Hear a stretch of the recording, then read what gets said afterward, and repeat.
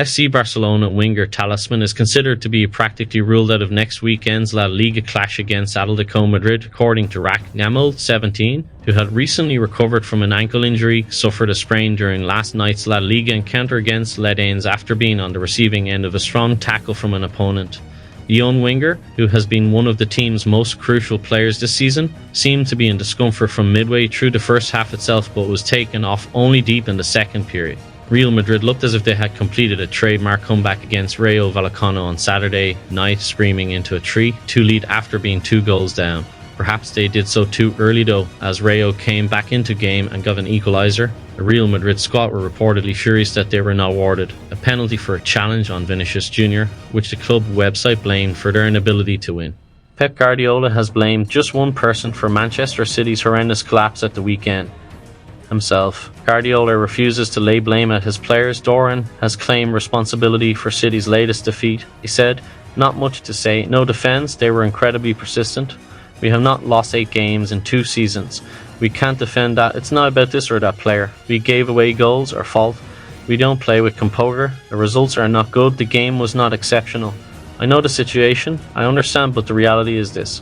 According to Defence is Central, the possibility of Erling Haaland leaving Manchester City next summer seemed to be growing, and Real Madrid are closely following the situation surrounding the Norwegian international. Haaland is believed to have a release clause in his contract at the Etihad, which can be activated from the summer of 2025, and the citizens could be preparing for such an eventuality. In recent weeks, multiple reports have indicated that Pep Guardiola's side are looking at Victor Gyökeres, the current striker for Sporting CP, for 2025. Real Madrid defender Antonio Rudiger was filmed mocking Barcelona's shock defeat by Leganes. On Sunday night, Hansi Flick's men looked to get their La Liga title charge back on track after recent slip-ups against Real Betis, Las Palmas and Celta Vigo.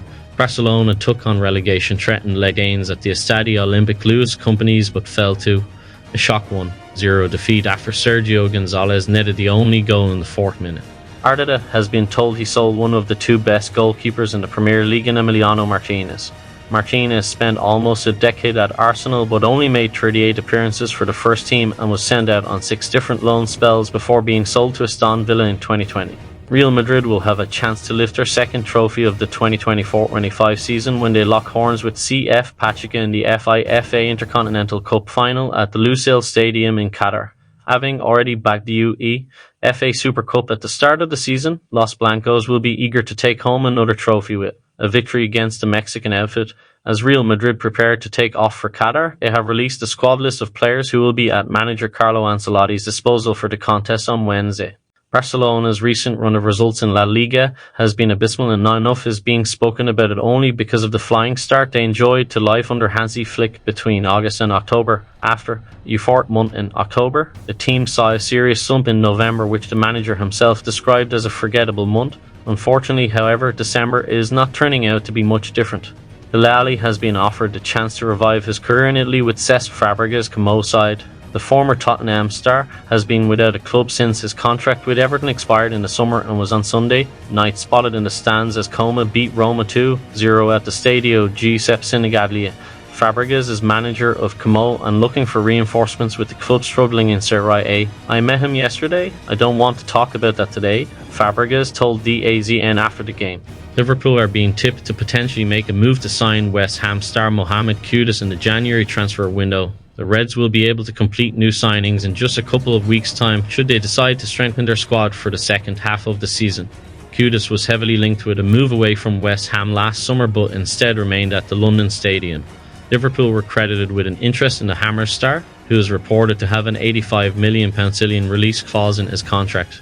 1 win in 5 games. Such as the pathetic record of Barcelona in La Liga in recent weeks after last night's defeat to Leganes. The visitors scored early on in the night from a set-piece after the Blaugrana failed to mark Sergio Gonzalez and soon sat back to defend deep and frustrated Hansi Flick's men.